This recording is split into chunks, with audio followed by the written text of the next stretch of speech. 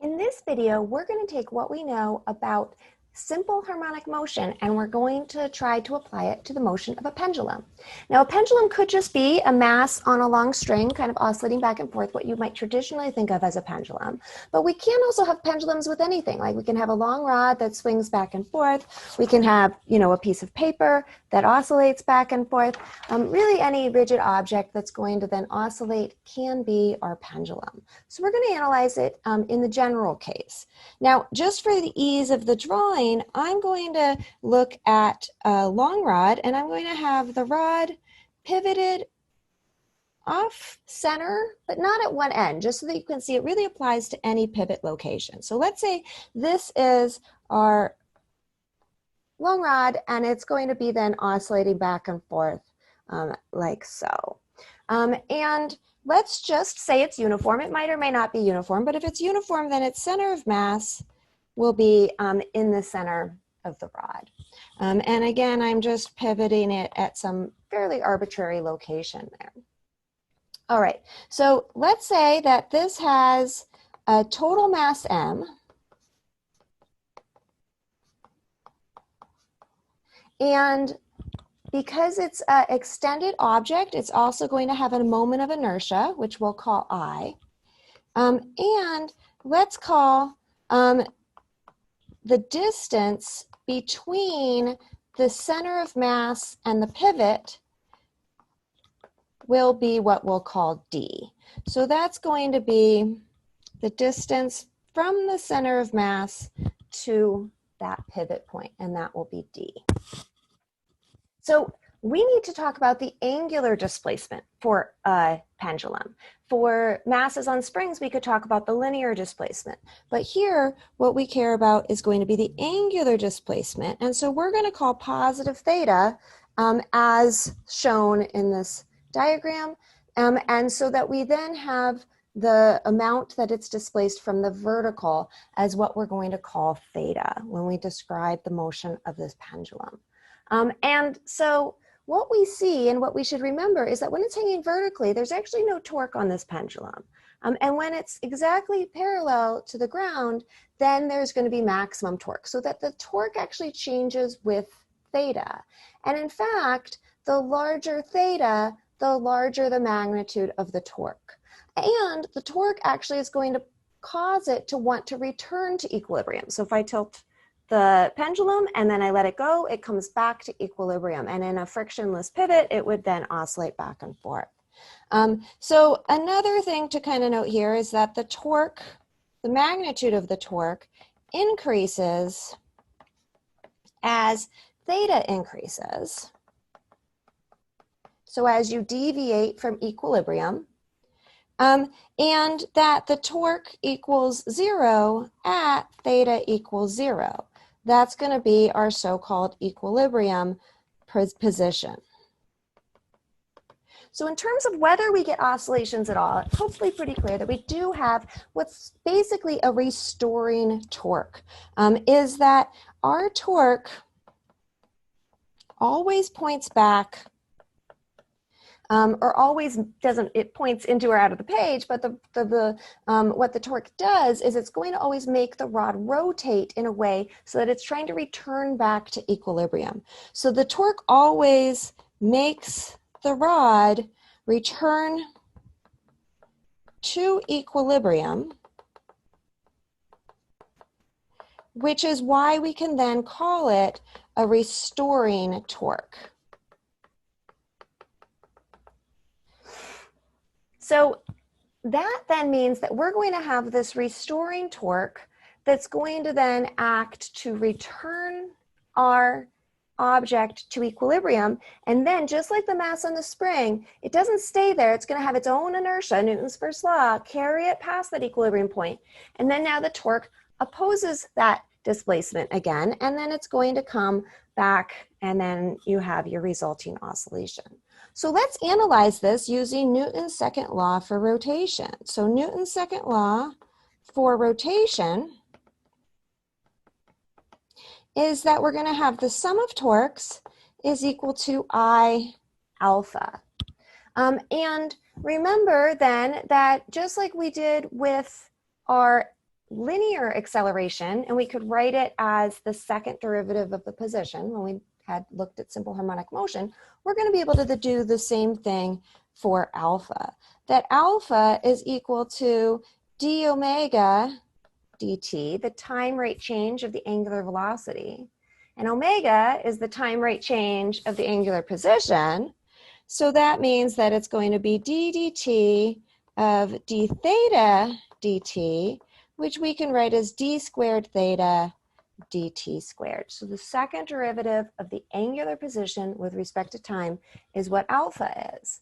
And if, like I said, we take positive theta to be as I've shown in this diagram, then we can see that R cross F for this, if we look at the force from the weight of the rod acting at the center of mass and the torque that that causes, then R cross F would be into the page. So the sum of torques here is going to be negative, and then it's going to be R cross F. Now R is going to be the distance from the pivot to where the force is applied. So that's going to be equal to D, and then that's going to be the magnitude of R times the magnitude of the force, and in this case that's mg, so the weight of the rod, and then the sine of the angle between them. And what we can see is if this is the angle theta that's shown here, then this is also the angle theta. And we want the component of mg that is perpendicular to the rod. And so, as we've seen in previous problems, this would be sine of theta. So our torque, which came from, again, this just comes from using R cross F, is just negative d mg sine theta. We can then set that equal to I times alpha, and we can plug in for alpha d squared theta dt squared. And so this result is basically our equation of motion for the pendulum, for a general pendulum. And I'm going to rewrite this now. So let's just rewrite it. And I'm just going to rearrange it a little bit so that I'm going to move the acceleration on the left-hand side.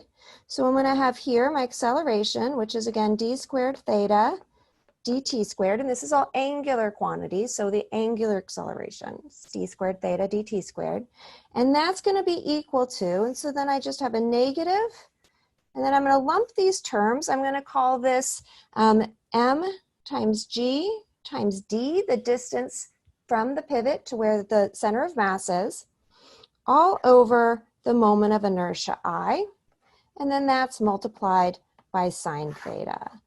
So I'm going to box this because what this is the general equation for the motion of a pendulum.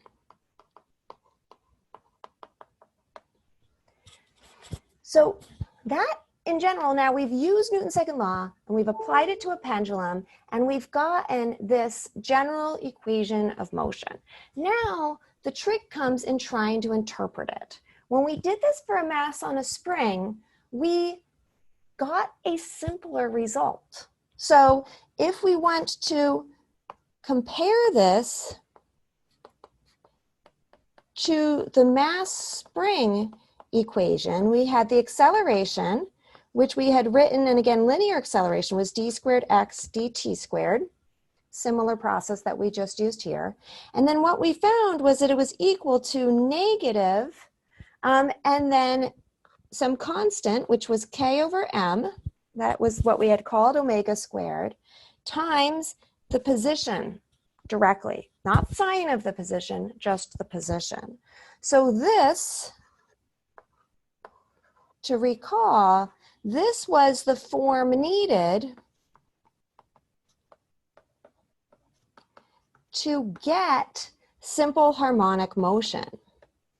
We want to have the acceleration directly proportional to the displacement with the negative sign, meaning that it's a restoring force. So we need to have the acceleration directly proportional to the displacement. And if we look at our equation for the pendulum, we have the acceleration is directly proportional to the sine of theta, which is unlike, that is not the same as the mass on the spring, where the acceleration is directly proportional to the displacement. So we have a problem. One solution could be, well, fine, the pendulum just has a different equation of motion, and it's a different differential equation, so therefore it'll have a different solution. And that would be great, except this is kind of cool. This pendulum equation, even though it's for a very simple, very common physics phenomena, actually doesn't have an analytical solution. And you have to solve it numerically. So that's, that's something that we're not going to explore or require in this course. And so instead, what we want to do is we want to see where the limits of this are. How different is this than simple harmonic motion? So let's restate our problem. So basically, because d squared theta dt squared is proportional to sine of theta and not theta directly, then we get this fundamental result. In general, pendulum motion is not simple harmonic motion. Just because something oscillates doesn't mean that it can be fit with a perfect sinusoidal oscillation, right? There's triangle waves and square waves. There's all sorts of oscillations that aren't sinusoidal. And so in general, the pendulum motion is not simple harmonic motion, meaning that it is a sine wave or a sinusoidal oscillation that would be fit to it. So that's in general, but there's a trick that we can do, because there is something called the small angle approximation, and you're going to explore this in some of our activities. What we can do is we can model the pendulum as simple harmonic motion if we take theta to be small. And you'll get to explore the limits of what we mean by small. And really, it just depends on the confines of how wrong you want your model to be. And the reason that we can do this is there's something called the small angle approximation, which is that the sine of theta is approximately equal to theta when you're working in radians. So if you actually just take something like 5 degrees and you change it to radians, and then you also have the sine of 5 degrees, then those two numbers are very, very close to each other.